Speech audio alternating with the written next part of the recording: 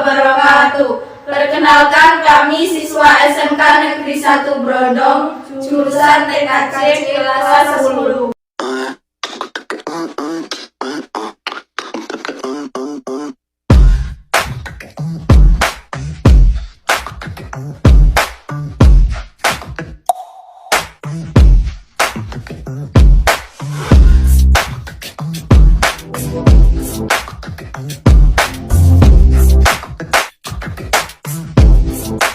Warahmatullahi wabarakatuh.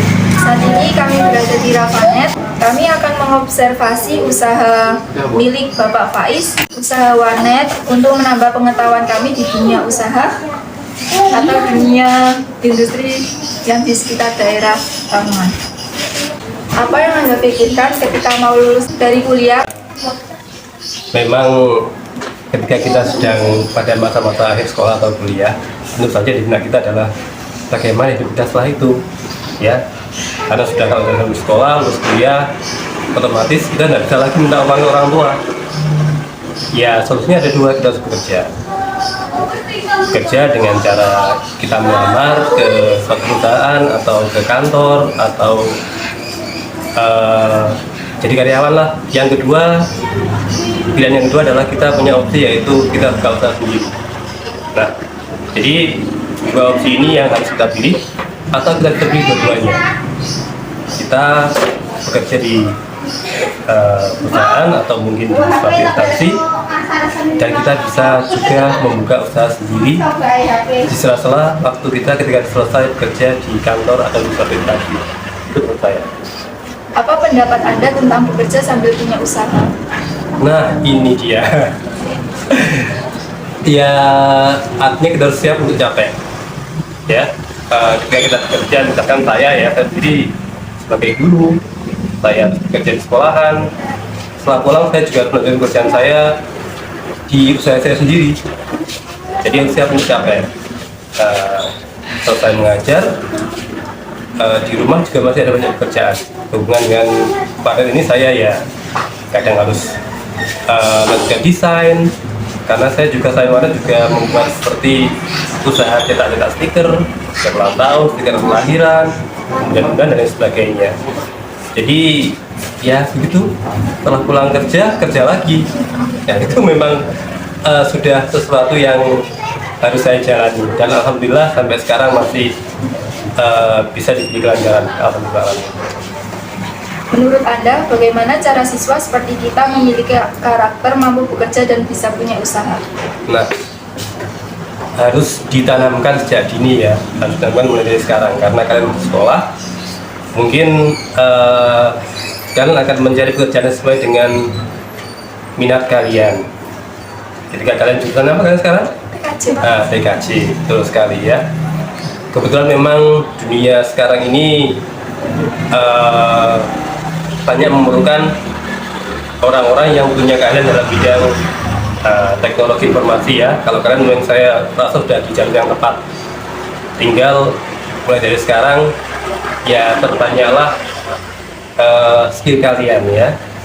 Sekarang ya setelah skill, kemudian bagaimana cara kalian untuk bisa berkomunikasi dengan baik, karena nanti hubungannya adalah dengan customer, ya. Kalau kalian punya skill yang baik dan punya keahlian dalam berkomunikasi, saya rasa nanti kalian akan mudah untuk mempunyai usaha sendiri.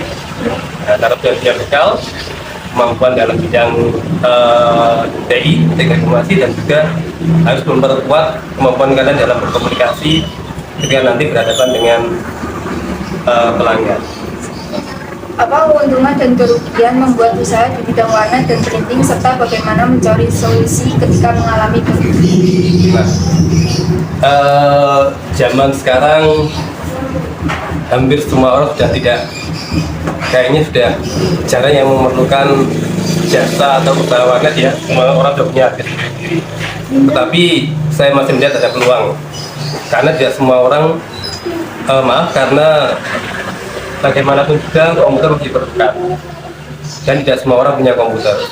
Jadi kalau di tempat saya masih hampir setiap hari masih ada orang yang perlu melakukan pekerjaan dengan menggunakan komputer, ya. Jadi masih ada peluangnya, biarpun sudah sangat sedikit sekali. Makanya ketika saya merasa warnet ini sudah semakin berkurang peminatnya karena memang kalah dengan handphone atau smartphone, maka saya berusaha untuk mencari solusi yang lainnya, yaitu dengan memperkuat usaha saya di bidang printing ya. Saya tidak bilang cetakan karena cetakan terlalu besar istilahnya ya, saya hanya bilang printing saja. Jadi saya bekerjasama dengan kebetulan sekarang saya bekerjasama dengan Victory di Tuban dan juga Chandra.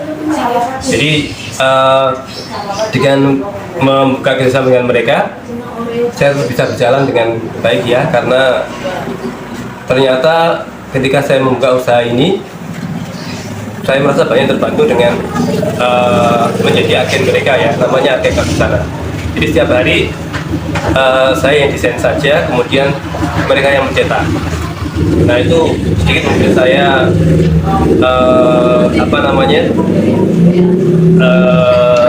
nilai positif, karena kalau saya sendiri printer punya 5 ya printer, tapi sering sekali rusak. Akhirnya saya manfaatkan jasa dari percetakan yang besar, sehingga nanti saya meminimalisir kerusakan pada perangkat saya. Jadi intinya kalau sekarang adalah bagaimana kita menemukan solusi pada masalah yang kita hadapi, terutama kalau saya ya modal ya, karena memang skalanya terlalu kecil. Jadi kalau misalkan harus buat banner, cetak banner, harus cetak foto yang ukurannya besar, saya tidak bisa karena saya tidak punya alatnya. Akhirnya saya kerjasama dengan mereka. Itu solusi yang saya ambil saat ini. Bagaimana cara mencari modal dalam membuat usaha di bidang warnet dan printing serta cara membuat pembukuan keuangan? Kalau modal, dulu saya memang tidak berdiri sendiri. Awalnya memang patungan. Jadi kalau saya sendiri dulu belum bisa. Dulu saya awalnya berdiri 2008, itu 3 orang. Jadi kita patungan, zaman dahulu ya masih punya celengan sedikit-sedikit, kita patungan bertiga. Dulu juga hanya berbekal kalau tidak salah 6 atau 7 unit komputer dan 1 printer, itu aja. Tempatnya kebetulan dipinjemi sama teman. Jadi dulu modalnya kalau saya masih ringan ya, karena ya itu modalnya bukan saya sendiri bertiga, jadi dipikul bersama-sama. Apa saran Anda kepada kami sebagai siswa jurusan TKJ agar mampu bekerja dan membuat usaha di bidang warnet dan printing setelah lulus sekolah?